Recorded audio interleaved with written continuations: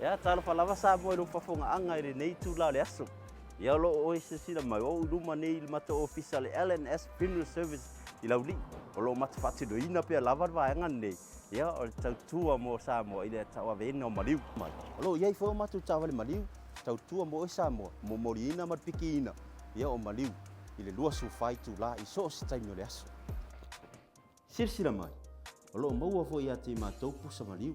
Su mai tala au mai. E fili sa pusa maliu. I so se to inga sais la titi, sais feololo, sais la poa.